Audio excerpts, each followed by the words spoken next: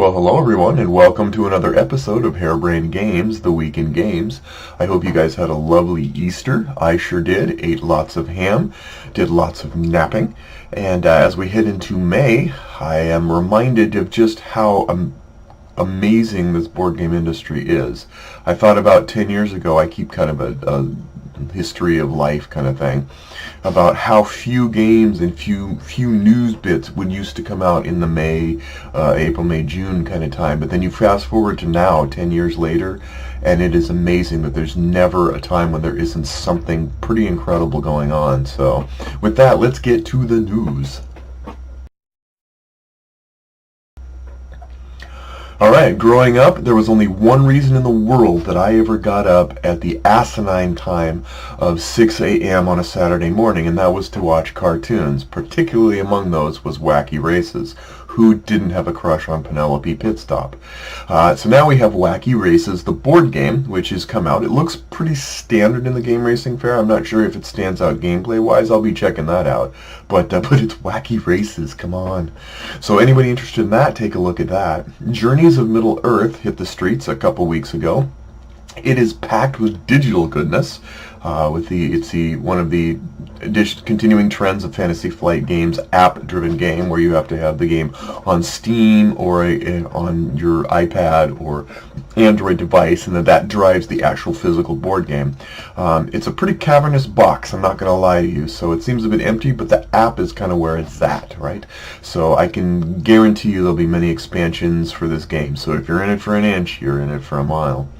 Finally, the last time I did Weekend Games, Papillon was a game that I thought was very clever and curious with amazing intricate pieces, and it was fully funded and then it was fully shut down. Now I don't have details on why or what or how, but suffice it to say, anyone who was intrigued by it from last week's news, I guess I got to kind of backpedal a little bit and say I guess a little more caution is there. I was not sure I would even back it myself, actually, but just because I wasn't sure if the gameplay was going to be hitting my alley. But I found it curiously cute, but I'm uncertain whether this will have a future. It remains to be seen. It was a very curious thing. So anyway, let's get to my question of the week. Okay, so the question I got last week that got me thinking was, how can you pay that much for a game? Yeah, I'm wondering if you guys get that a lot too from people that are used to, like, hey, I bought Monopoly for $7 or 25 cents at a yard sale or whatever. And a lot of it is, how can you justify spending, say, for example, $80 on Journeys of Middle-earth, for example? And it was kind of a soul-searching thing. Games are getting more expensive. There's no lie. Kickstarters and other places are kind of ramping up a lot of the extras that go with it, and that usually means a price point increase, which if you don't have a bazillion amounts of disposable income, it can make you wonder, like, take away that whole idea of, like, why are games even worth buying in the first place? You could be spending that money and, giving rice to iguanas in the Alps. Or some other great cause, but removing that entire segment, that's a whole other thing. But it actually came down to me that there were two reasons, one of which was very easy, one of which might be a little more subtle as to why I think that I sometimes pay more for a game than it might seem reasonable to do. The first is, they come with cool stuff. Okay, a lot of games now are packed with bits and pieces and components and custom miniatures and all that stuff, and they do add a lot more flair than you would get from, say, Careers or Payday or Life. Does that mean that alone is worth it? At times, but not always. And it still comes to the gameplay. And is it overpriced? I have no idea as far as what the price point or what the amount of money someone can make versus what they spend. I don't know any of that. I just know that games today are much higher quality, much higher art style presentation. There's a lot more that goes into them than did ever before. But here's the other reason, and that is that games today, when I'm paying for the bits and pieces, I'm not just paying for the bits and pieces. I'm paying for expertise. I'm paying for investment of time, research, effort, polish, iteration, development in these games, because these are not games that are simplistic in their nature anymore. Even the more simple ones have to have a full vetting, something that I don't think was necessarily true in the past, other than maybe like veins or niches, war games and such. And a classic example, for a tangible example, GMT Games is a company that puts out high-quality historical games, mostly in war, conflict, not always, sometimes political and stuff. But when I buy a GMT game, I have a mindset, or for that matter, lots of games that they're in that vein. I'm buying the expertise and the knowledge gathering of someone who has probably spent years researching, studying, and quantifying and evaluating material on a given topic, and then crafting that and distilling it and highlighting and fine-tuning the game well beyond just the physical materials that are used. I'm expecting that a designer went in and did the hard work, the boring, grunt, tedious, laborious iteration of hundreds to thousands of hours of gameplay to get the game right. The developer, because a lot of times there's a tandem designer-developer aspect, who's going to whittle and trim and re-envision and re-examine a game to remove what would in the past probably just ship and make the game more fiddly and tiddly. The years and years that games of any appreciable professional nature endure are years that I don't have to. I end up getting the end result. And when that product arrives, that game, it's not just the pieces that I'm looking at. It's the devotion and the trust and confidence that this game was forged in the fires of Moria into a powerful experience that will make me soar on the heights of the atmosphere, knowing that the thousands of details, questions, clarifications that have been well traversed by people before me have created a pathway to making me enjoy a game of appreciable complexity. That is what I pay for, well beyond the components and the pieces, and might explain why sometimes someone will look and go, that seems like kind of a boring board. Like that, or there's not a lot of pieces here and stuff. It's not about that in the end. That is the facet that I think is ignored sometimes when people just look at the physical pieces. And yes, a couple details fall through the cracks when you're doing a very detailed game, but the overwhelming and daunting task of making these games, particularly at the GMT level complexity of wargaming and such, dwarfs the occasional blip that can occur where like, I got to check Board Game Geek, I don't quite get this and whatever.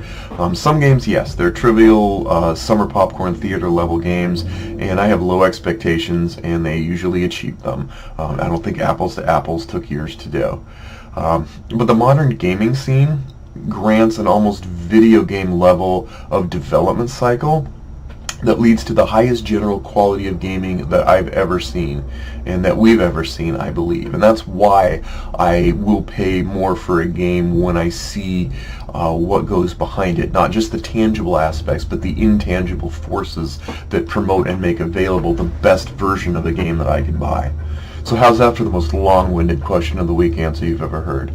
Let's get right to 3 games before I pontificate further. Speaking of war games,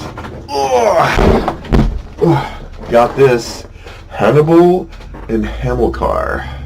Clarice. Anyway, this is brand new, just got it. It's not brand new, it's actually 20 years old, but it's been redone completely. Brand new artwork, this thing feels almost as heavy as Gloomhaven to me. But I'm excited to try it out. The designer is growing quickly into one of my favorite designers. Next.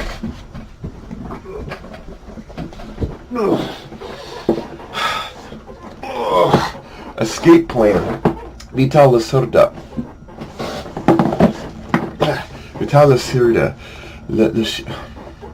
Maybe he'll tell me how to pronounce it. This is a game where you are trying to escape. Like, it's funny because you actually already done the heist. The heist is in the past. Now you've just pocketed money all over the place, but now the cops are onto you. Like, they discovered clues that are now going to lead to you, and you got to get out of Dodge fast. So it takes that, as usual, it's always a clever mechanism. So far I'm enjoying this probably even more than some of his others, but I reserve judgment until I do a review on this, once I can do some weightlifting and training to actually be able to lift the box for the review. And finally, as mentioned, we have Lord of the Rings, Jon is in Middle-earth. Yes, and you must talk like that when you play this game. It's imperative. In matter of fact, it's probably in the notes. The box will self-destruct if you don't. But this is a 1 to 5 player exploration game. Once again, app-driven. It comes... Notice how light the box is. Nevertheless, it is a game that so far has been interesting to me. I will probably be doing a review of this first before any of the others. Because it's on my table. Anyway, that's it. Now let's get to my Was Tim Full of Crap? Okay, going down the list of games I have in my board game collection, the next game on the list in alphabetical order was 1960, The Making of a President. Now this was a follow-up to my favorite game of all time, remains my favorite game of all time, Twilight Struggle, which was a 2-player game of contention in the Cold War. 1960 instead reenacts the presidency, or the presidential election of 1960, featuring John F. Kennedy and Richard Nixon. This game is a much smaller scoped game. It's actually somewhat simplified, and in the end I gave it a 7, and I thought that it was serviceable and reasonable, but nothing that shook my world.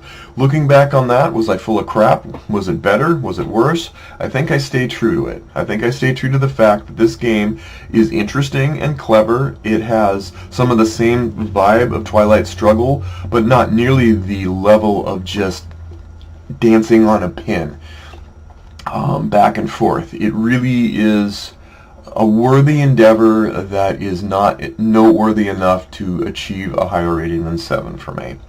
If you do get a chance to try it, it's out of print now, as many games do. But it is something that I think is worthy. If you weren't necessarily interested in war per se, this could be a nice cup of tea. It's great components. I really like the coffee stain that they intentionally put on the game board. So hey, if nothing else, you can buy a game with a predetermined coffee stain. How cool is that? Anyway, that's it we have for this week, and we will see you next time on Harebrained Games.